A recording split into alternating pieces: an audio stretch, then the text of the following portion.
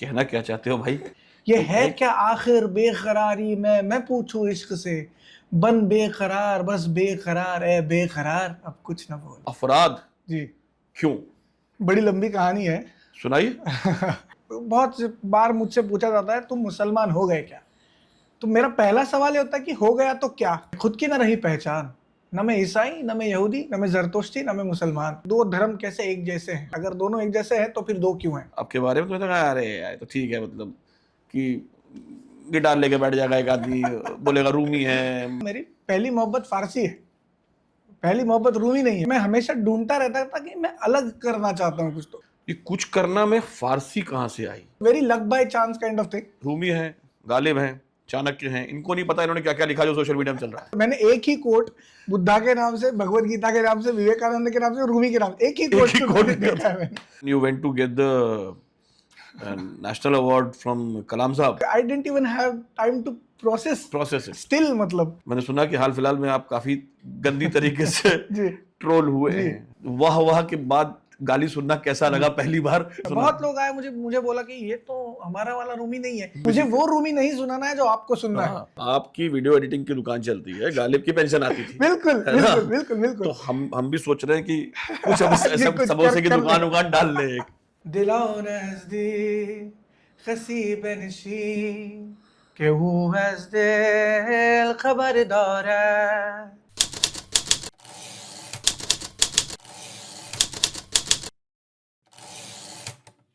Hello and welcome to LRC left right centre. मैं हूं नितिन सुखीजा और आज के जो हमारे मेहमान हैं वो बाकी सब मेहमानों से थोड़े से अलग हैं. अलग क्यों हैं? क्योंकि वो हरकतें जो हैं उनकी वो बहुत अलग है. 30 साल पहले वो इस दुनिया में आए, लगभग 30 साल पहले. लगभग 20 साल पहले उन्हें बेस्ट चाइल्ड एक्टर का नेशनल अवार्ड मिला. मैंने उस वक्त इनको एक फिल्म में नाना पाटेकर के बहुत इरिटेटिंग बच्चे के रूप में देखा.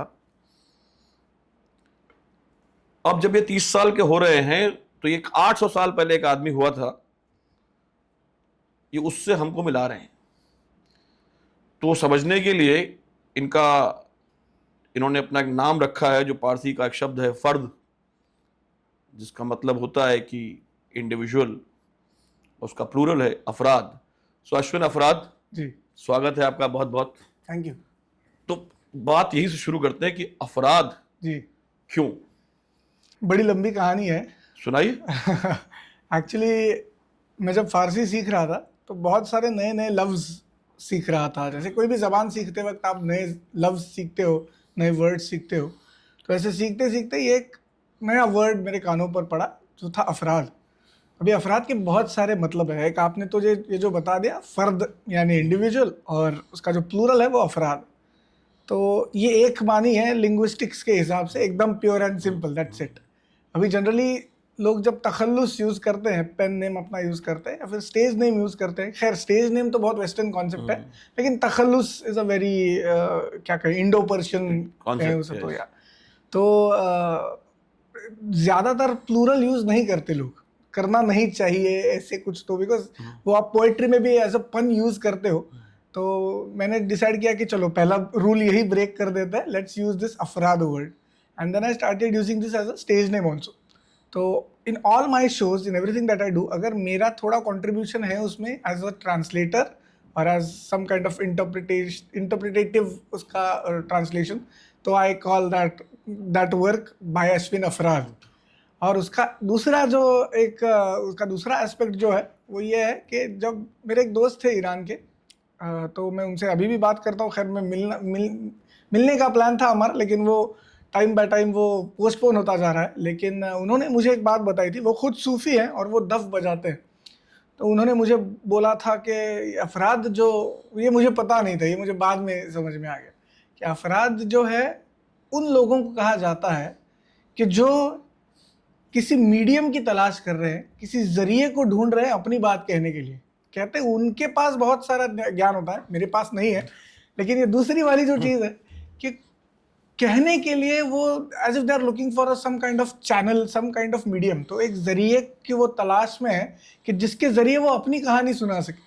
तो ये जरिया अफराद को हम तो एक जरिया दे रहे हैं कहानी सुनाने के लिए।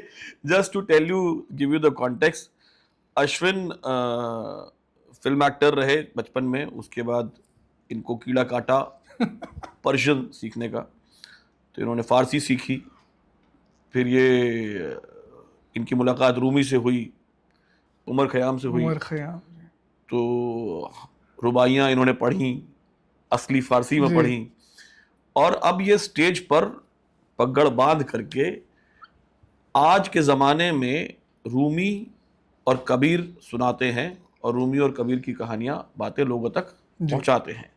इसके अलावा बहुत कुछ करते हैं, हम इनसे बातचीत करते हैं। कॉन्टेक्स्ट देना जरूरी था, हम तो सीधे अफराद पे पहुंच गए थे, बात जी। शुरू करते हैं। तो अश्विन, ये लीनियर ही चलते हैं, जी। है ना? चाइल्ड आर्टिस्ट, मतलब what happen, how did it happen कि, और वो फिल्म ऑस्कर में गई, जी। श्वास, जी। तो कैसे?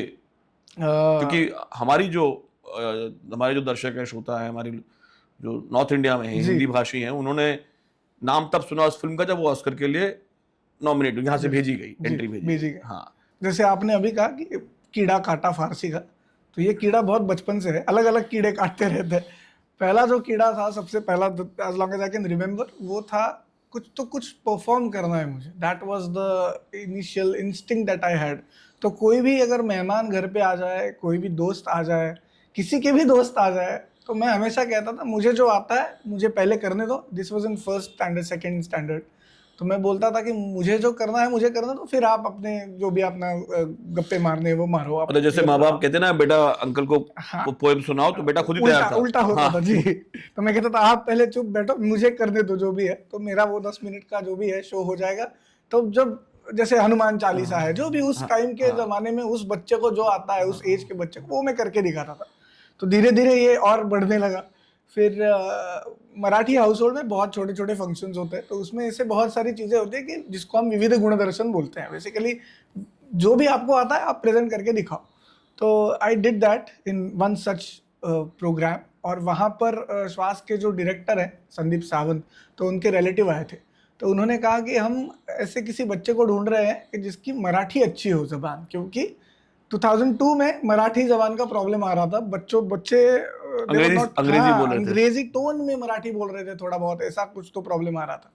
तो देन हमें तो पता, उन्होंने बोला कि आप फोटोज भेजिए। तो हमारा कोई भी रिश्तेदार बैकग्राउंड नहीं है इस फील्ड की, तो वी डिडंट इवन नो कि फोटो मतलब देयर इज अ हेडशॉट, वो पोर्टफोलियो और बायोडाटा ये सब होता है। तो उसी प्रोग्राम में फोटोग्राफर को साइड में बुलाकर हमने 4 फोटो खींच लिए और वही उनको दे दिए कि आप इन्हीं से ले लीजिए और ये कर दीजिए। And from that point onward, तो it's a very luck by chance kind of thing. But मुझ में एक बहुत ज़्यादा परफॉर्मेंस की एक, जैसे आपने कहा ना, कीड़ा था कि मैं पहले करता हूँ फिर आप जो भी है वो देख लो। तो उसकी वजह से वो जो उन्होंने देख लिया, उसका 99.9% क्रेडिट वो डायरेक्टर जो है उन्हीं को जाता है, क्योंकि उन्होंने वो देखा और वो मुझसे करवा लिया।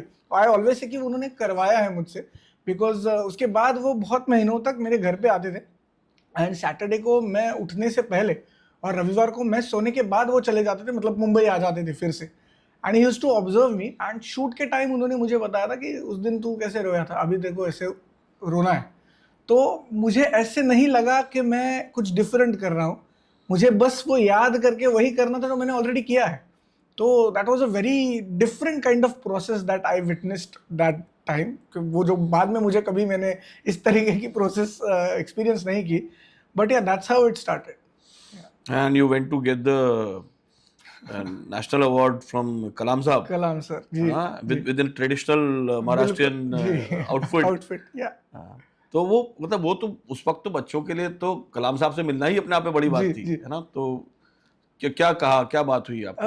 Again very different kind of experience. 4th 5th standard में अब्दुल कलाम जी ये नाम सुना है, पेपर में फोटो देख रहे हैं हम, कुछ तो स्कूल में कोई ऐसा है, लेकिन उसका जो ग्रेविटी है वो समझ में नहीं आता। राष्ट्रपति क्या होता है, हाँ, मतलब ये on paper we know everything, but उसका जो वजन है वो पता नहीं चलता। वो अभी पता चलता है, और कभी कभी मुझे लगता है शायद मुझे जिंदगी भर कभी पता ही नहीं चलेगा, क्योंकि वो इतने रॉ उम्र में ये सब हुआ है कि I didn't even have time to process process still, मतलब तो again I only knew Abdul Kalam and I was like कि इनको देखा है कहीं पर तो इनके हाथ से ये मिलने वाला है, दैट वाज दी ओनली क्या कहे only high point for me.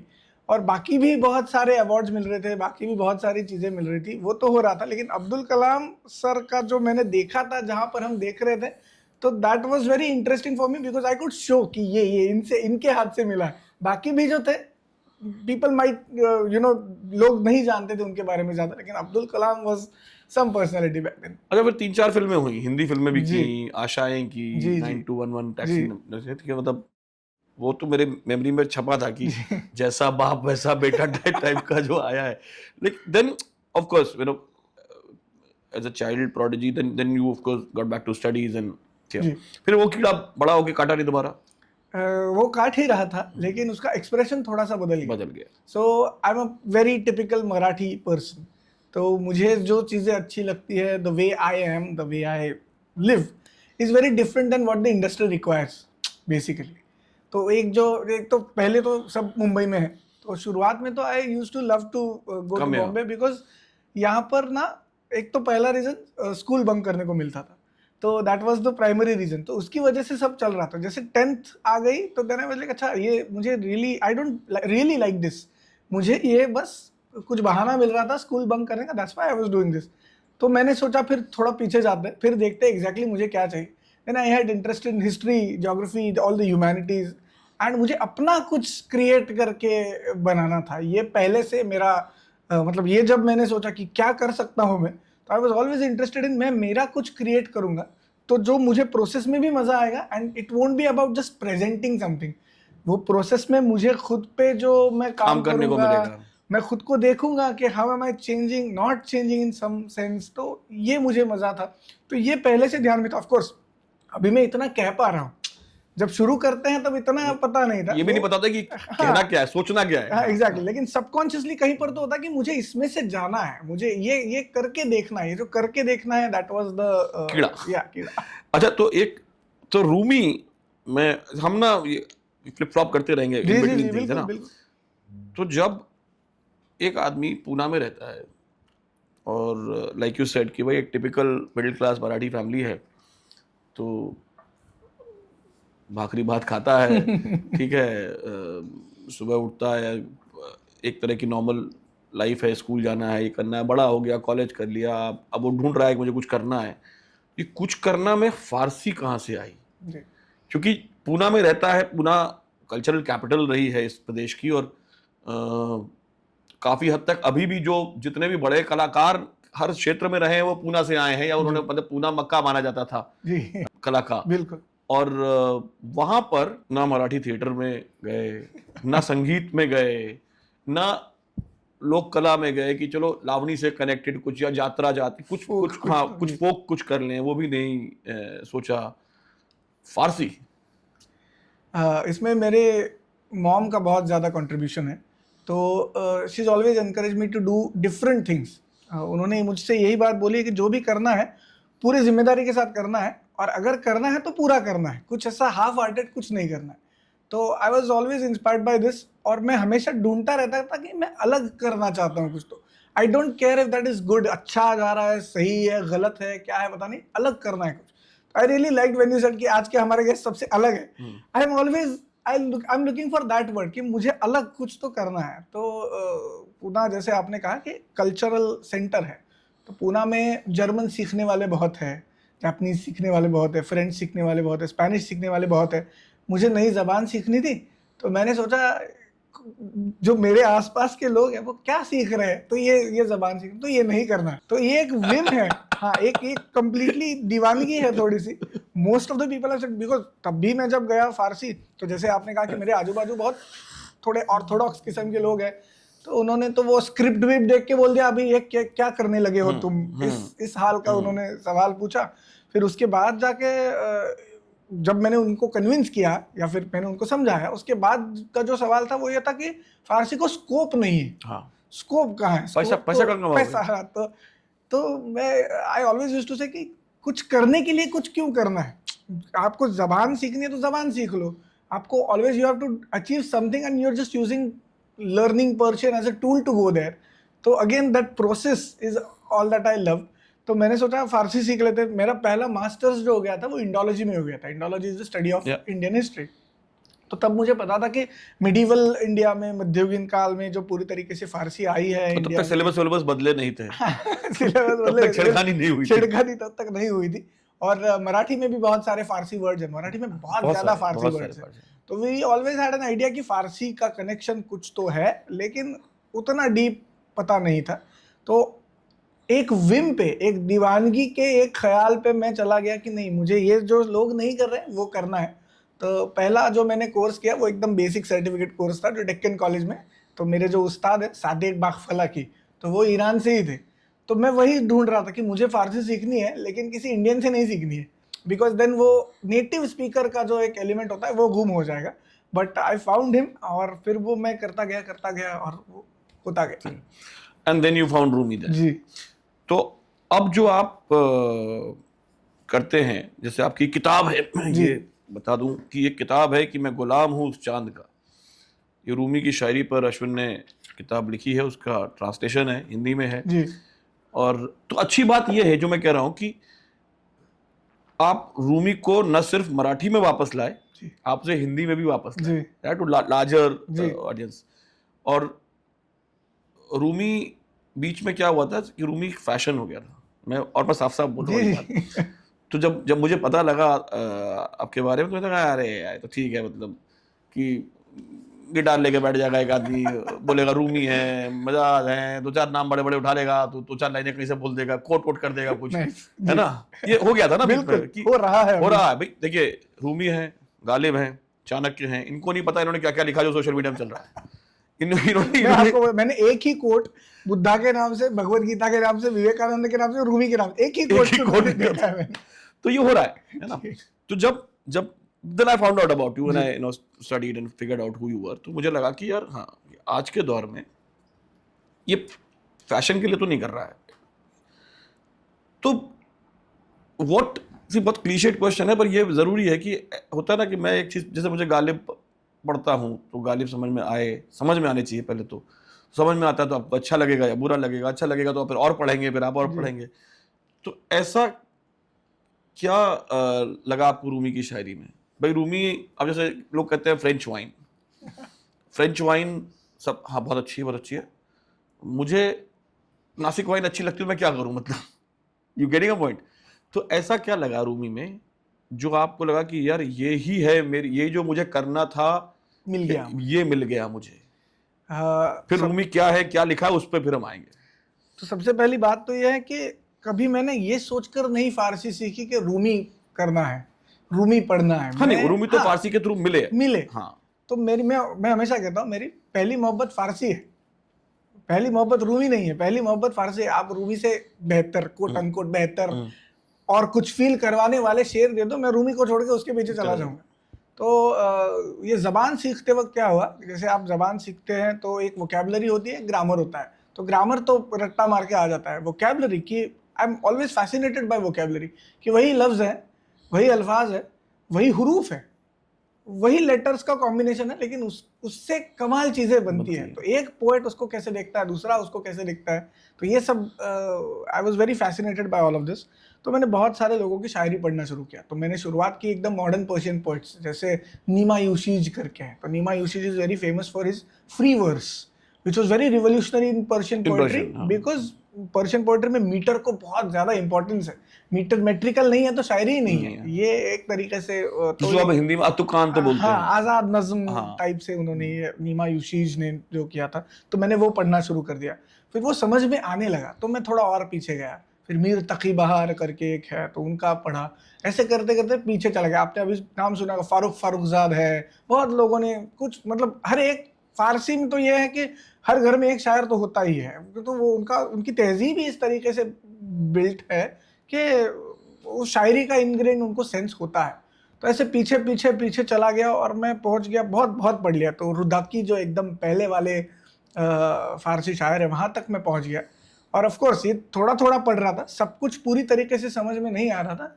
लेकिन इसमें मुझे 2 लोग ऐसे मिले जिन्होंने मेरा बहुत ज़्यादा ध्यान खींच लिया.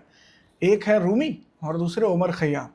अभी दोनों आइडियोलॉजिकली एक दूसरे से बहुत डिफरेंट है, क्योंकि Omar Khayyam was a scientist, और वो कहेंगे आपसे कि वो शक करेंगे, स्केप्टिक जिसे हम कहते हैं, वो शक करेंगे चीज़ों पर, और वो पूछेंगे कि सच में कोई है क्या, किसी ने बनाया है क्या, and all of those very existential questions, very philosophical questions. And Rumi is a spiritualist. तो रूमी एक तरीके से अध्यात्मवादी है, विज्ञानवादी और अध्यात्मवादी। और अध्यात्मवादी लोग जैसे कहते हैं वैसे रूमी कहेंगे कि नहीं, हम तो उसी से आए हैं, उसी में हमें जाना है। और स्पेशली रूमी कहते हैं कि हम ऊपर से आए हैं, हमें ऊपर जाना है, और खयाम कहते हैं हम मिट्टी से आए, मिट्टी में हमें समाना है। तो ये दोनों अलग, और ये मुझे पसंद आया, ये सिनारियो ही मुझे बहुत पसंद आया कि I am liking to opposite, completely opposite ideologically, जैसे आप लेफ्ट राइट सेंटर कहते हो, वैसे कंप्लीटली ऑपोजिट शायरों की शायरी जो है वो मुझे पसंद आ रही है। और फिर मैंने धीरे धीरे ये समझने के लिए, फारसी शायरी समझने के लिए रूमी को पढ़ना शुरू किया। और एक वक्त पर मुझे ये शनासा हुआ कि मैं पढ़ चुका रूमी, 4,500 गज़ल मैंने रूमी की पढ़ ली, और उस पर वो नोट्स लिख लिख के ऐसे मेरी जो नोटबुक्स है वो भर गई। और फिर मैंने सोचा कि इसका कुछ करना चाहिए। तो ये रूमी से मुलाकात इस तरीके से हुई, क्योंकि जैसे मैंने कहा कि रूमी वाज नेवर द क्या कहे and goal was knowing more about Farsi. तो ये सब उसके बाय प्रोडक्ट्स हैं। तो पहले तो बात आगे बढ़ाने से पहले आपकी इस किताब में से ही अगर आप कुछ जो 4,500 गजल आपने पढ़ी है, 4.5 गजल तो हमें भी सुना दीजिए। सबसे पहली बात, Rumi was a man of few words, उनके अशरार शेर जो थे बहुत लंबे लंबे नहीं जी, है जी, ना, तो जी। कुछ लंबे लंबे भी है, लेकिन उनमें जो सेंस है वो बहुत ज़्यादा एक अभी मुझे पता नहीं मैं कैसे कहूँ, लेकिन एक मिस्टिकल सेंस है कि ऐसे लगता है ऊपर से कि ये कम लफ्ज है, लेकिन वो बहुत ज्यादा डीप कुछ तो बोल रहे हैं। हाँ। और मीनिंग की, मानी की जो परतें हैं उस पर वो बहुत ज्यादा है। जैसे फॉर एग्जांपल ये एक गजल है, मैं एक पहला फारसी शेर सुना देता हूँ, फिर मैं ट्रांसलेशन आपको समझाता हूँ। मन गुलाम कमरम गैर कमर हीच मेगू भीषमन जो सुखने शम शकर हीच मेगू सुखने रंज मेगू जो सुखने गंज मेगू वरजीन बी खबरी रंज मबर हीच मेगू। तो ये सुनने में बहुत मीठा लगता है। ये जो फारसी है, ये मैं ऐसे बोल पाता हूँ क्योंकि मैंने नेटिव स्पीकर से सीखी। अगर आप हिंदुस्तानी किसी उस्ताद से आप सीखेंगे तो आप ऐसे बोलेंगे मन गुलाम कमरम गैर कमर हीच में, तो ये एकदम से फर्क जो आ जाता है। तो इसका मानी ये है कि इसका जो टाइटल है बुक का, मैं गुलाम हूँ उस चांद का जिस चांद के अब कुछ ना बोल, उस चांद के सिवा मुझसे कुछ ना बोल, मेरे सामने बस हर्फ शीरी के सिवा अब कुछ ना बोल, सुखन साज हो और हर्फ रंज की बात मुझसे अब न कर, दुख भरी बातें मत करना, सुखन साज हो और हर्फ रंज की बात मुझसे अब न कर, गर बेखबर है इनसे तू ए जाने जा अब कुछ न कर। फिर ये एक मेरा बहुत पसंदीदा शेर है कि ये है क्या आखिर बेकरारी में मैं पूछूं इश्क से। ये इश्क के बारे में रूमी इश्क से ही बात कर रहे हैं। ये है क्या आखिर बेकरारी में मैं पूछूं इश्क से, बन बेकरार बस बेकरार ए बेकरार अब कुछ न बोल, जो तू है इस नक्शो ख्याल के हब्स में बैठा हुआ, उठ के अब परवाज कर, उठ के अब परवाज कर इस कैद से अब कुछ न बोल। तो ये अब कुछ न बोल इसका रदीफ है हीच मेगू। तो ये ऐसे आगे बढ़ते रहते हैं। तो ऐसे बहुत सारे ऐसे किताब भरी है। जैसे मैंने अभी ये आपसे कहा, मौजे बालो ईम बालो मी रवीम, मौजे दरिया ईम दरिया मी रवीम, मौ जानजा ओ जिंजा नीस्तीम, मौजे बीजा ईम बीजा मी रवीम, मौजे बालो ईम यानी हम ऊपर से आए हैं। अभी ये बाला ये जो वर्ड यूज किया है उन्होंने, तो इट डजंट नेसेसरी मीन ऊपर, एक ऐसी जगह जो हमारे ऊपर है, इस तरीके से हम उसको देखेंगे।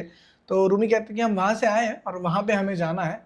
मौजे दरिया ही दरिया मी रवि, हम दरिया से आए, हम समंदर से आए हुए कतरे हैं, समंदर में हमें वापस जाना है। माँ एज आंजा और इंजा नीस्तीम, हम यहाँ और वहां से नहीं है, हम उस बेजगह बी माँ एज बीजोइम, बीजोइम यानी जहाँ पर कोई जगह नहीं है, लामका एक तरीके से, वहां से हम आए हैं और हमें वापस वहां जाना है। बहुत बढ़िया। अब जब मैं ये पूछूं कि ये कहना क्या चाहते हो भाई रूमी के जरिए, है ना जी, कि तुमने कहा कि मैं पढ़ लूंगा फारसी, पढ़ ली, मैं रूमी को पढ़ लूंगा, हाँ पढ़ ली, फिर लगा कि रूमी तो बहुत अच्छा लिखते हैं, तो उनका तर्जुमा भी कर लिया, किताब भी छप गई। The point that I want to make is what made you feel the need for Rumi's messages to be able to create Rumi है जी on stage. Ji So Rumi है नाम का एक ये शो करते हैं जिसमें ये स्टेज पर बैठते हैं और रूमी को लोगों तक पहुंचाते हैं. तो ये जो सवाल है मेरा कि एक तो है कि आपका फैसिनेशन था जी और एक ये है कि यार ज़रूरत लगी कि ये बात दूर तक जानी चाहिए. और आज के वक्त में जहाँ बिल्कुल है ना क्या कौन रूमी कौन खलीफ तो ये ज़रूरत कब महसूस हुई. और ये भी ज़रूरत महसूस हुई कि ये हुआ कि कुछ करना है अलग चलो कर लेते, ये भी हो सकता है ना. हाँ. तो हाँ जो पहले शुरुआत हुई थी वो इस नोट पर हुई थी कि अलग करते हैं, चलो कुछ तो अलग करते हैं. फिर जो रूमी के जरिए मैंने महसूस किया वो, या फिर खयाम के जरिए, जबान के जरिए, शब्द के जरिए, जैसे हमारे यहाँ पर तुकाराम करके एक हाँ आपको पता है. हाँ तुकाराम कहता है कि शब्दचे आमुच्या जीवाचे जीवन, शब्द is our God, the word is only what we worship. तो वैसे मुझे धीरे धीरे समझ में आने लगा कि ये लोग कहना क्या चाहते हैं. जैसे आपने कहा तो लफ्ज को पूरी तरीके से अंदर एक तरीके से आत्मसात कर लिया. हाँ, एक two become one. Two become तो ये एक्सपीरियंस मैंने बहुत किया. It is almost a spiritual experience. तो मैं समझता हूँ कि ये बयान करने में ना वो एसेंस लूज हो जाता है. तो मैंने कुछ, मुझे ऐसे बहुत सारे एक्सपीरियंस आए, अभी भी आते हैं. आज भी एक दिन भी ऐसा नहीं गुजरता जब मैं थोड़ी फारसी नहीं पढ़ता. अभी मैं 2018 से फारसी सीख रहा हूँ. I am a lifelong student of Farsi, ऐसे ही मैं कहूँगा. तो ये पढ़ते पढ़ते every time I was like ये बताना चाहिए लोगों को. जैसे आपने कहा उस टाइम पे भी रूमी कोट्स का जमाना था, बहुत ओवर हाइपर कैपिटलाइजेशन हो गया था रूमी का. तो मैं लोगों को बुला बुला के बिठा बिठा के सुनाता था कि ये नहीं कहना चाहते रूमी असल में देखो ये कहना चाहते हैं, एंड सो ऑन. तो जैसे मैं लोगों को इकट्ठा करता गया, लोगों ने एक पॉइंट के बाद बोला देखो एक काम करो, ये सब अच्छा है, सही जा रहे हो, लेकिन इसको एक कहानी में हमें बताओ. तो मेरे जो नज़दीकी लोग थे उनकी एक महफिल हमने कोरोना के लॉकडाउन में सजाई और उसमें हमने शुरू कर दिया, एक तरीके से एक कहानी बताना शुरू कर दिया. उसमें मैं गाता हूँ, मैं बीच बीच में ऐसे जैसे आपको शेर सुनाए वैसे शेर सुनाता हूँ. रूमी की कहानी, तो रूमी की कहानी अगर सुनानी है तो उस पर रिसर्च करना पड़ेगा, क्योंकि अगर मैं ऐसे नहीं कर सकता कि कहाँ से कुछ तो पढ़ लिया चिपका दिया. तो रूमी के जो बेटे थे सुल्तान वालद करके, उन्होंने रूमी की बायोग्राफी लिखी है फारसी में उस जमाने में, which is the nearest closest source to Rumi's biographical works. तो वो मैंने पढ़ी पूरी कि देखते हैं इनको क्या कहना चाहते हैं. फिर उसके बाद जो 13th सेंचुरी 14th सेंचुरी में अलग अलग हिस्टोरियंस ने रूमी के बारे में जो लिखा है वो पढ़ा. उसमें बहुत सारे ऐसे किस्से मैंने सुने, देखे, पढ़े जो ऐसे जैसे चमत्कार कैटेगरी में हम डाल देते हैं, अजूबे काइंड ऑफ. तो ये फिर सवाल आया कि इसको इंक्लूड करना है नहीं करना है. मैं आई am a very scientific temperament वाला पर्सन, तो मैं इसको कैसे मानूं ना मानूं. बट देन रूमी को एक्सेप्ट करना, यानी इन सभी चीज़ों को एक्सेप्ट करना, तो ये भी मैं बताता हूँ. ये बहुत सारे किस्से कहानियाँ रूमी के साथ जुड़ी हुई, तो ये मैं बताता हूँ. तो ज़रूरत महसूस होने से पहले ये सब होता गया.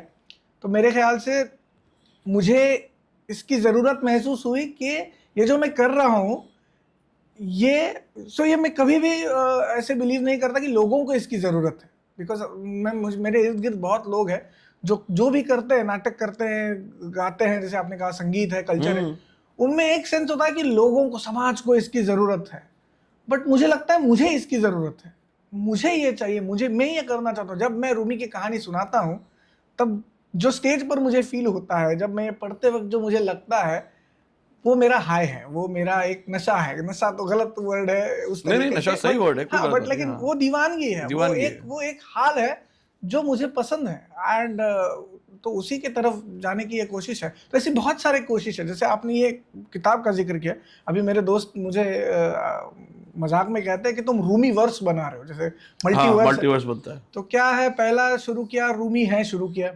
जैसे लोगों को बिठा के मैं गज़ल बोलता था, लोगों ने बोला अभी एक स्टोरी सुनाओ, तो वो स्टोरी रिफाइन होगी. वो क्राफ्ट में तो रिफाइन होता ही जाता है, इट्स अ कंटिन्यूस प्रोसेस.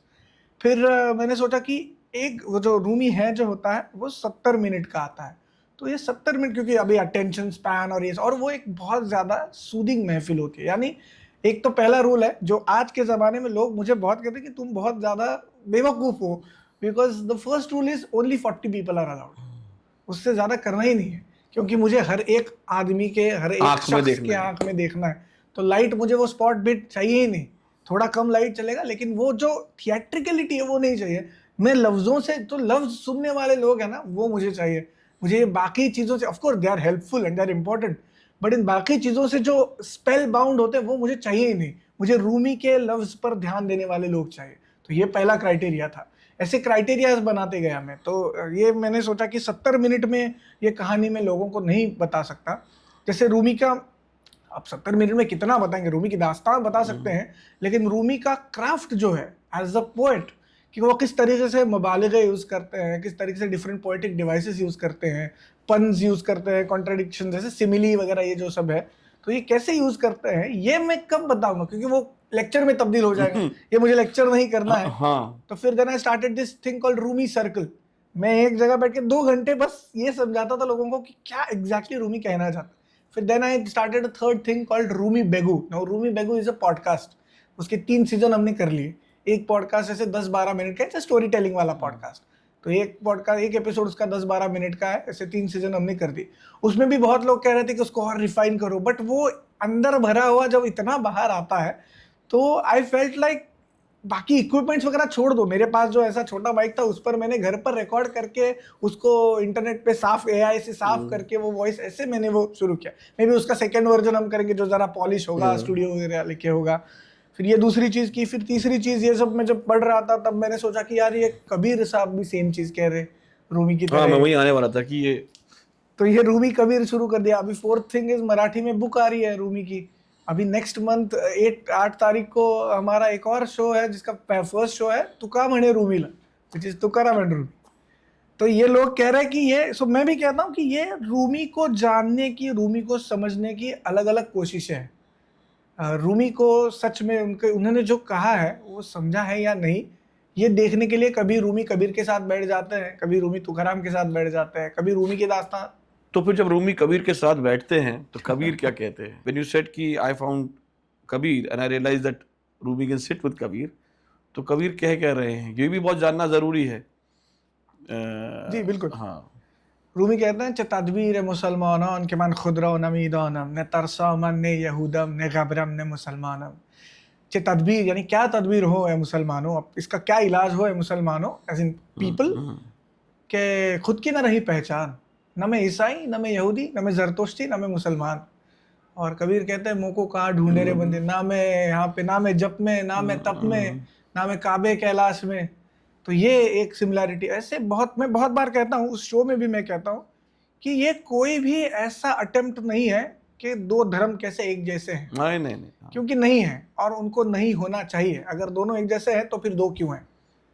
तो दोनों अलग है, उनका स्टार्टिंग पॉइंट, उनकी इब्तिदा और इंतहा दोनों अलग है, लेकिन इसके बावजूद ये दोनों फिर एक से ऐसी बातें क्यों कर रहे हैं, एक जैसी शायरी। तो उनका जो एक्सपीरियंस है वो बहुत सिमिलर है। ह्यूमन एक्सपीरियंस के बारे में बात करता हूँ मैं कि ये ह्यूमन एक्सपीरियंस सब जगह सेम है। उस पर आपने जो परतें चढ़ाई हैं, एक फिलोसॉफी का परत चढ़ा दिया, एक रिलीजन का परत चढ़ा, पॉलिटिक्स का एक चढ़ा दिया, उसकी वजह से अलग दिख रहा है।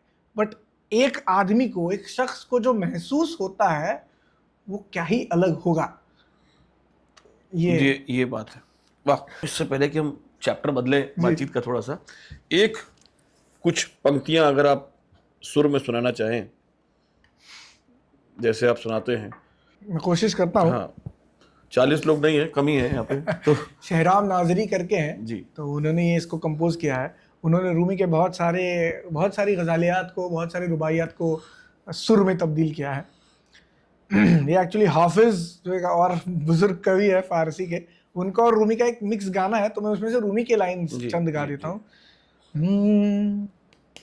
दिलो नज़दीक खसी बनशी के वो हज़ दिल खबरदार है, बज़ीरे यां दरख्ती रो के वो गुलहाय तरदार है, नहर कल की शकरदार है, नहर ज़ीरी ज़बरदार है, नहर चश्मी नजरदार है, नहर बहरी गुहरदार है, दिलाओ नजदीक कसी बनशी के गुलहाय तरदार है दिल, तो उसी के पास जाके बैठ जो तेरे दिल का खबरदार हो, उसी दरख्त के, उसी पेड़ के नीचे जाके बैठ जो सबसे ज़्यादा खुशबूदार हो, न हर कल की शक्कर दौलत, हर गन्ने में शक्कर नहीं होती, न हर जीरी जबर दौलत, जैसा नीचे है वैसा ऊपर नहीं होता,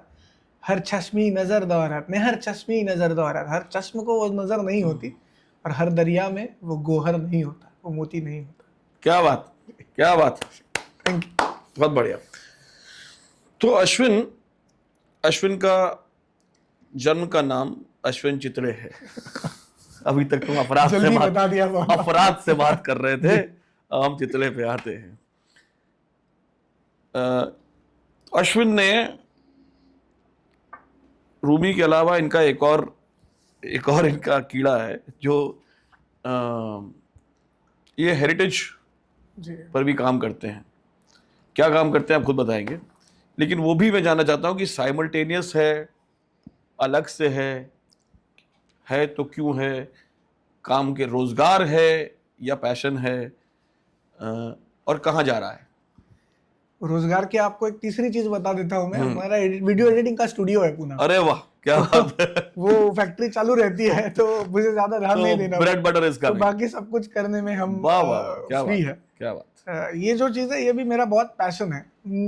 मैं समझता हूँ कि अश्विन हेरिटेज नाम से अश्विन हेरिटेज ही नाम है।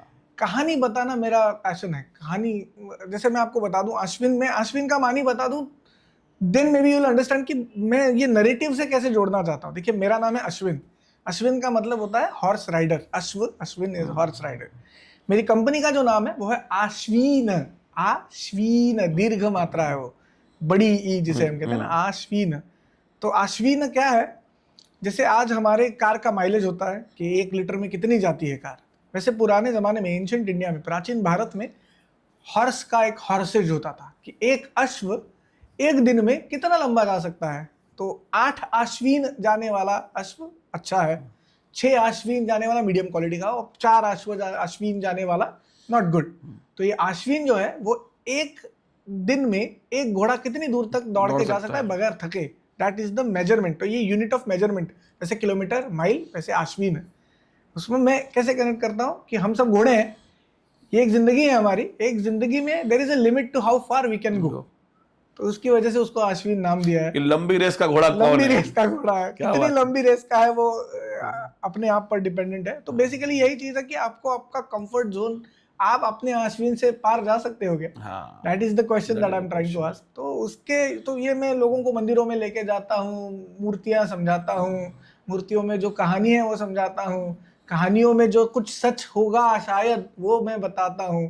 तो ये सारी चीजें मैं इसमें करता हूँ। और पर सर पूना में ही करते हैं कि बाहर भी जाते हैं? नहीं, मैं ऑल ओवर इंडिया कर रहे हैं, लेके जाता हूँ। अभी मैं टर्की होके आया, रूमी की मजार पर जाके आया, तो मैं वहां पर भी प्लान कर रहा हूँ। तो it has nothing to do with heritage, मतलब सिर्फ भारत का इतिहास ऐसे कुछ नहीं है। मुझे जब कोई स्टोरी दिखे उसमें तो मुझे अंदर से ये फीलिंग आने लगती है कि ये लोगों को बताना है, मुझे लोगों तक ये चीज पहुंचानी है। तो that's how it goes. Very good. तो अब जो मैं चितले वाली बात पे आ रहा था कि जो जन्म का नाम था, हाल फिलहाल में आप, तो वैसे तो हम सभी लोग कभी ना कभी ट्रोल होते रहते हैं। मैंने सुना कि हाल फिलहाल में आप काफी गंदी तरीके से ट्रोल हुए हैं। तो एक तो मैं किस्सा जानना चाहूंगा बिकॉज उसके माने हैं, उसका कॉन्टेक्स्ट आएगा उसके बाद। तो एक तो ट्रोल किस बात पर हुए, और वाह के बाद गाली सुनना कैसा लगा पहली बार ट्रोलिंग में, मुझे जरा वो अनुभव बताइए अपना। एक तो बहुत 3-4 ऐसे हादसे हो गए। आप किस हादसे के बारे में बात कर रहे हैं मैं नहीं जानता, लेकिन मैं फिर भी गेस कर लेता हूँ, आप बता दीजिए। तो एक तो पहली बात यह है कि ये फारसी ये सब जो है ये बहुत, जो समझते नहीं है, और जो समझते नहीं है उनके लिए कोई भी चीज़ ऐसी हो जाती है जो पराई चीज़ है। तो जैसे कहते हैं ना कि people are afraid of what they don't understand, तो मेरे आजू बाजू बहुत ऐसे लोग हैं जो डोंट अंडरस्टैंड, तो वो आसानी से ऑफेंड हो जाते हैं, आसानी से उनको ऐसा लगता है कि, बहुत बार मुझसे पूछा जाता है तुम मुसलमान हो गए क्या? तो मेरा पहला सवाल ये होता है कि हो गया तो क्या? एक दूसरी चीज, अभी ये मेरे टैटू है, देखिए ये फारसी का ये टैटू है, यहाँ पर लिखा है ये वही लिखा है, हम ऊपर से आए ऊपर जाने वाले हैं, ये वही लिखा है। तो लोग बोलते हैं कि तुम मुसलमान हो गए क्या? तो मैं बोला इस्लाम में हराम है टैटू, मैं नहीं, अगर मैं मुसलमान हूँ तो मुझे ये नहीं करना चाहिए, हराम है, अलाउड नहीं है इस्लाम में। तो ये सब पता है। फिर now I have understood the tools, तो मैं लोगों को अभी ऐसे आके ये बताना नहीं चाहिए, लेकिन मैं लोगों को ऐसे बताता हूँ कि अरे आपको क्या लगता है फारसी मुसलमानों की जबान है? वैसे तो कोई जबान किसी रिलीजन की होती नहीं, बट हाँ, तो ये समझाने के लिए मूढ़मती लोग हैं तो उनको, हाँ, तो फारसी तो संस्कृत के नजदीक है, क्योंकि उनका जो लैंग्वेज ग्रुप है इंडो आर्यन, इंडो ईरानिक, ये सभी एक ही चीज से आए हैं। अवेस्ता थी पहले, अवेस्ता थी, तो अवेस्ता में हमारे ऋग्वेद में जो यज्ञ है, अवेस्ता में यस्न है, अहुर है, असुर है, असुर, ऐसे बहुत सारे जो है उनका पूरा जो फायर रिचुअल है वो बहुत सेम है। ये समझाने पर अच्छा वो जबान सीख रहे, फिर ठीक है, फिर ठीक।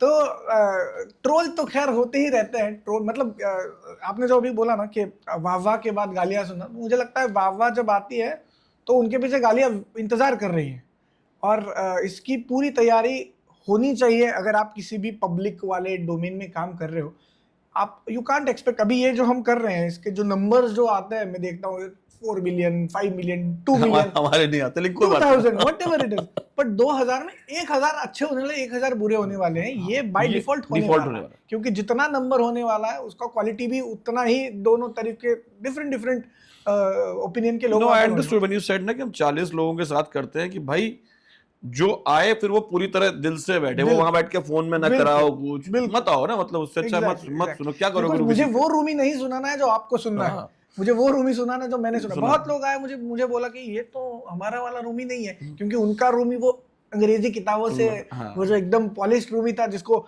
इस्लाम को दूर करके जो रूमी बचते हैं, वो रूमी जो प्रेजेंट किया था। वैसे भी अंग्रेजी में मेरा ये मानना है कि ट्रांसलेशन ऐसा नहीं है कि अंग्रेजी में ट्रांसलेशन, भाई अब मैं फारसी नहीं पढ़ सकता तो अंग्रेजी में पढ़ लूंगा। लेकिन जैसे एक एग्जांपल दे रहा हूँ कि यूसुफी साहब पाकिस्तान में हुए, व्यंगकार है बहुत बड़े, अब उनकी किताबें उर्दू में है। अब जो आदमी उर्दू नहीं पढ़ सकता, उसके बाद अगर चॉइस है कि हिंदी पढ़े या अंग्रेजी पढ़े, तो मैं बोलूंगा हिंदी पढ़ लो, क्योंकि क्लोजेस्ट होगी, क्लोजेस्ट है, बिल्कुल है ना, बिल्कुल। वो देवनागरी में लिखा होगा, आपको आधे अल्फाज पता होंगे क्योंकि आप अपनी जबान में बोलते हैं, तो आप वो पढ़ लो तो समझ में आ जाएगा। अंग्रेजी में फिर वो कई बार वो जोक समझ में नहीं आएंगे, क्योंकि ह्यूमर है, रेफरेंस अलग है, कल्चरल रेफरेंस आप तो ये तो बात है। तो आगे क्या? आगे तो बहुत सारी चीजें हैं, 2 और चीजें मैं करता हूँ। आपका सरनेम सुखीजा है, हाँ। आप सिंधी हो? नहीं, मैं पंजाबी हूँ। अच्छा, क्योंकि एक शाह जो सिंध से था वो सिंधी थे, जो पंजाब से पंजाबी हैं। तो शाह अब्दुल लतीफ भिटाई करके एक 350 साल पहले सूफी हुए थे जी। भिट शाह जो है आज के पाकिस्तान में, सिंध में, वहाँ के वो रहने वाले थे, और उन्होंने 7 कहानियां खैर लिखी नहीं है क्योंकि वो उस जमाने में मशहूर थी, तो उनको कंपाइल करके एक किताब बनाई, शाहजो रिसालो करके। तो उसमें टोटल 30 सुर है, 30 चैप्टर, लेकिन उसमें ये 7 कहानियां बताई गई है। तो ये 7 कहानियां कौन सी है? ये जो हमारी ट्रेजेडी लव स्टोरी जो है, जैसे आप जानते हो कि हीर रांझा, तो हीर रांझा उसमें नहीं है, लेकिन सस्सी पन्नू, आप पंजाब से तो आप सस्सी पन्नू को जानते हैं, सोहनी महिवाल, लीलन चनेसर, अपना मूमल राणो, ये जो सिंध की, कच्छ की ये जो कहानियां हैं, वो उन्होंने कंपाइल किया, और उस हर एक कहानी में एक बहुत ज्यादा डीपर कुछ तो मैसेज छिपा है। रिसालो का मतलब है मैसेज, तो शाहजो रिसालो यानी शाह का मैसेज। तो एक उसकी अगर बाहरी परत आप निकाल दो तो एक बहुत ही अलग तरीके का मैसेज छुपा है, सूफिस्टिक मैसेज। तो फिर मैंने सोचा चलो सिंधी पढ़ लेते हैं, तो सिंधी का कोर्स करने लगे। एक शख्स को, एक जो हमारे उस्ताद है, उनको पकड़ लिया और उनको बोला आप हमारे गूगल मीट से एक सेशंस ले लीजिए, हम सिंधी सीखना, बस पढ़ना तो चाहते, थोड़ा कुछ तो मराठी में बहुत सिंधी वर्ड्स है, ये मुझे सिंधी समझने के बाद पता चला, क्योंकि मैंने बोला मुझे शाह अब्दुल लतीफ भिटाई की पोएट्री समझनी, उतना सिंधी, बोले उतना सिंधी नहीं, उतना सिंधी है आपको पढ़ना पड़ेगा, तब जाके आप पोएट्री समझ पाओगे। तो फिर मैं, वो अभी भी जारी है, लेकिन जैसे जैसे थोड़ा बहुत समझ में आने लगा वैसे वो ट्रांसलेट कर दिया। तो 7 कहानियां 1 घंटे में पेश करता हूँ। उसमें एक वाई करके एक सिंगिंग एक आर्ट फॉर्म होता है, वो जो फ़कीर होते हैं, मैं शो में भी कहता हूँ कि मैं कोई फ़कीर नहीं हूँ, मैं इसकी नकल उतारने की कमसीन कोशिश कर रहा हूँ, सिंध का एक टुकड़ा यहाँ पर लाने की कोशिश कर रहा हूँ। तो एक तंबूरा होता है उनका, वो बजा के वो गाते हैं, और वो बहुत, जैसे हम मराठी में तार सप्तक कहते हैं, हाई पिच में गाते हैं, क्योंकि बिलीफ ये है कि आप जब हाई पिच में गाओगे तभी उस तक आवाज़ पहुँचेगी, जैसे कव्वाली गाई जाती है। और कबीर कहते हैं कि ताचड़ मुल्ला वांग दे क्या बहरा भया। बिल्कुल बिल्कुल। तो ये बहुत इंटरेस्टिंग है सब, बहुत इंटरेस्टिंग है सब। तो ये जैसे प्रेजेंट करता हूँ मैं 7 स्टोरीज, तो शाहजो रिसालो ही नाम है उसका, उसके भी शोज चलते रहते हैं। पुणे में भी बहुत सिंधी कम्युनिटी है, तो उनके सामने भी बहुत हुआ है। अभी चल रहा है यहाँ वहाँ, वेन्यूज तो हमेशा ढूंढते रहता हूँ, करते रहता हूँ कुछ ना कुछ। और अभी ये एक चीज़ और एक चीज़ की है मैंने, जो बहुत बहुत ज़्यादा डिफरेंट है मैं अभी तक जो कर रहा था। खैर अगेन डिफरेंट मुझे तो नहीं लगती, बिकॉज मुझे लगता है कि मुझे कहानी सुनानी है और मुझे वो रोमांटिसिज्म, मुझे वो पोएट्री में बहुत ज़्यादा इंटरेस्ट। छत्रपति शिवाजी महाराज के एक राज कवि थे जिनका नाम था कवि भूषण। तो उन कवि भूषण पे हिंदी में मैं 1.5 घंटे का सेम दास्तान गोई स्टाइल में उनकी कहानी है, क्योंकि कवि भूषण की कहानी जो है उस पर किसी ने ध्यान नहीं दिया। हमारे यहाँ पे बहुत बड़े एक हिस्टोरियन थे जिनका नाम था निनाद बेडेकर सर, तो उन्होंने उन पर बहुत काम किया है, लेकिन उसके सिवा उनके सिवा बहुत कम काम मिला है। और चीज़ भी ऐसी होती कि शिवाजी महाराज के ज़िंदगी में आने से पहले वो क्या कर रहे थे, उसके बाद वो क्या कर रहे थे, ये कोई नहीं जानता। तो मेरी कहानी में शिवाजी महाराज सब कैरेक्टर है, कहानी कवि की है, कहानी शायर की है। तो ये इस तरीके से एक और शो डिजाइन किया है। और जैसे मैंने कहा ये तुक्का, जैसे टॉप स्टॉपर्ट के कहानियों में एक में हैमलेट साइड कैरेक्टर है, एक में शेक्सपियर खुद साइड कैरेक्टर है। बिल्कुल। तो ये अलग अलग पर्सपेक्टिव से देखना ये चल रहा है। और ये रूमी वर्स तो मेरे ख्याल से बढ़ता ही रहेगा। अभी खयाम पर काम करना शुरू कर दिया। खयाम ने जिंदगी में 278 रुबाइयात लिखे हैं, तो वो ट्रांसलेट मतलब 2 दिन में हो गई। तो उसके बाद खयाम को, अच्छा, उमर खयाम की रुबाइयां तो ट्रांसलेटेड पहले भी लोगों ने की हैं जी, हिंदुस्तान में रही। भाई बच्चन साहब ने मधुशाला उसी से इंस्पायर होके रुबाइयों में ही लिखी है। आपने उसको पोएटिक ट्रांसलेशन किया है। जी, इसका मतलब यह है संदर्भ सहित, प्रसंग सहित उसकी व्याख्या नहीं की है। जी। आपने कहा ये इन्होंने इस भाषा में लिखा है, इसको सरल भाषा में मैं दोबारा लिख देता हूं जिससे कि समझ में आ जाए, वरना आदि पूछेगा कहना क्या चाहते हो भाई, है ना। तो क्या खयाम पे भी ऐसा ही काम किया है? जी, पोएटिक उसमें ही किया है। तो अगर एक एग्जांपल अगर बेनगर से जहां छितर वरबस्तम हीच यानी उर्दू में हेच यानी नथिंग। खयाम की पूरी जिंदगी की कहानी मेरे ख्याल से इस रुबाई में बेनगर से जहां छितर वरबस्तम हीच बस हौसल उमरम चीज दरदस्तम हीच शम में थरबम वली चुबे नशस्तम हीच मैं जौ में जमम वली चुबे शिकस्तम हीच। खयाम कहता है देख मेरे उम्र का नतीजा क्या हुआ, हीच। देख मेरे उम्र, मैंने घर से जहान छितर बस, देख मेरे इस जहान ने मेरे अंदर क्या भर दिया है, हीच। देख मेरे उम्र का ये हासिल क्या है, हीच। खुशगवार शर्मा बन के यूं ही बुझ गया, हीच। जमशीद का प्याला बन गया, जमशीद का प्याला, उसमें अगर आप शराब पिएंगे तो आप अमर हो जाते हैं। That was the Persian concept, Persian mythology में। जमशीद का प्याला बन गया, टूट के यूं ही बिखर गया, हीच। तो ये खयाम है। खयाम एक अलग लेवल पर आपको ले जाते हैं। गालिब की आप बात कर रहे थे, गालिब से 100 गुना एग्जिस्टेंशियल खयाम है। और वो फिलोसॉफिकल एग्जिस्टेंशियल, वो इमोशनल एग्जिस्टेंशियलिज्म नहीं है, या फिर वो प्रैग्मेटिक वाला नहीं है कि मुझे काम नहीं मिल रहा है, शराब है, कुछ समझ में नहीं। I am not saying Ghalib का वैसा है, but because Khayyam was a scientist, because Khayyam was actually trying to figure out. आपकी वीडियो एडिटिंग की दुकान चलती है, गालिब की पेंशन आती थी। बिल्कुल। तो हम भी सोच रहे हैं कि कुछ समोसे की दुकान डाल ले। तो तो खयाम को जब पढ़ते हैं तो खयाम ऐसे बहुत ज्यादा इसे समझ में आता है कि कितना उन पर वेट है, ड्रेड जिसको कहते हैं। और ये मुझे बहुत रिलेट हो गया। मुझे है या नहीं पता नहीं, लेकिन आई फेल्ट कि यार ये कितना बेचारा आदमी है, क्योंकि 1000 साल पहले this person is promoting science in Islamic world. वो तो निशापुर से थे, निशापुर ईरान में एक शहर है, खयाम निशापुरी भी कहा जाता है उनको। तो उस जमाने में वो कह रहे थे, और लोगों ने उनको गालियां देना शुरू कर, ट्रोल करना शुरू कर दिया। तो लोगों को समझाने के लिए वो मक्का होके आए कि मैं पवित्र हूँ, हाजी हज होके आए और मैं पवित्र हूँ, ये करके साइड बाय साइड वो क्वाड्रेटिक इक्वेशंस पे काम कर रहे थे। इस्फहान में उन्हें एक ऑब्जर्वेटरी दी गई थी कि जिस पर उन्होंने ये तारे सितारे सब उनका कैलकुलेशन करके, खगोल शास्त्र के कैलकुलेशन से जलाली कैलेंडर बनाया। जलाली कैलेंडर 10,000 ईयर्स तक उसमें, जैसे आप जानते हैं लीप ईयर ग्रेगोरियन जो है 4 साल बाद एक दिन बढ़ता है, उसमें 10,000 साल बाद एक सेकंड बढ़ता है। ये कैलकुलेशन है, because it is a purely solar calendar. अभी ये सब मुझे सीखना है, तो जो मैंने स्कूल में ध्यान नहीं दिया मैथ्स और साइंस, वो मुझे फिर से करना, वो मैंने किया for the sake of Khayyam. And then I found this tremendous pattern. जैसे क्वाड्रेटिक इक्वेशन आप जानते हैं, वो ग्राफ है एक्स वाई माइनस वाई वाला जो एक तो quadratic, it's a very tricky thing. But वो 4 नंबर जो है वो मेरे बहुत जहन में अटक गया, क्योंकि Khayyam is trying to solve this quadratic equation और साइड में रुबाइयात लिख रहे हैं. रुबाइयात यानी क्या होता है? 4 लाइन होती है. 4 लाइन होती है. तो आई सॉ समथिंग कि जो यहाँ पर सॉल्व नहीं कर पा रहे हैं वो वहां कर रहे हैं. और यहाँ पर उनको एक पॉइंट के बाद जो लिमिट आ रही है कि साइंस में हूँ मैं जो सबसे ज्यादा आंसर देने वाला, या फिर maximum accurate method that there is. If you have religion, you have science, you have something called internal कुछ तो. बट जैसे आप पोर्टेबल है, जो कहीं पर भी जाकर यूनिवर्सल थियरी बनाने का काम साइंस करता है, तो साइंस में भी मुझे जवाब नहीं मिल रहा. ये एग्जिस्टेंशियलिज्म उनका पोएट्री में पूरी तरीके से रिफ्लेक्ट होता है. तो ये मुझे बहुत इंटरेस्टिंग लगा. और हर बार उनका म्यूज बदलता रहता है. उनकी जो म्यूज है, उनकी पोएट्री की जो मेन सब्जेक्ट है वो बदलती रहती है. तो कभी वो साकी बनता है, देने वाला, शराब देने वाला. कभी वो कहता है कि मैं सब आसमान, 7 आसमान तक पहुंच गया, 7वें आसमान पे शनि जो ग्रह है वहां पर मैं जाके आ गया, लेकिन ये जिंदगी की गुत्थी में सुलझा नहीं सकता हूँ. ये मौत क्या है, ये जिंदगी क्या है, ये मुझे कुछ समझ में नहीं आ रहा. तो आई वाज लाइक मुझे भी ऐसा ही लगा. नहीं, बहुत बढ़िया अश्विन, मजा आ रहा है बात करने में. और मुझे लगता है कि मैं भी कुछ वीडियो एडिटिंग टाइप का साइड में डालता हूँ, क्योंकि जैसे कहते हैं कि भाई हाथ कंगन को आरसी किया और पढ़े लिखे को फारसी किया. बहुत अच्छा लगा बात करके. थैंक यू सो मच, बहुत मजा आया. और ये हमारे स्पॉन्सर्स की तरफ से एक छोटा सा थैंक यू प्रोडजी प्रो की तरफ से शुक्रिया.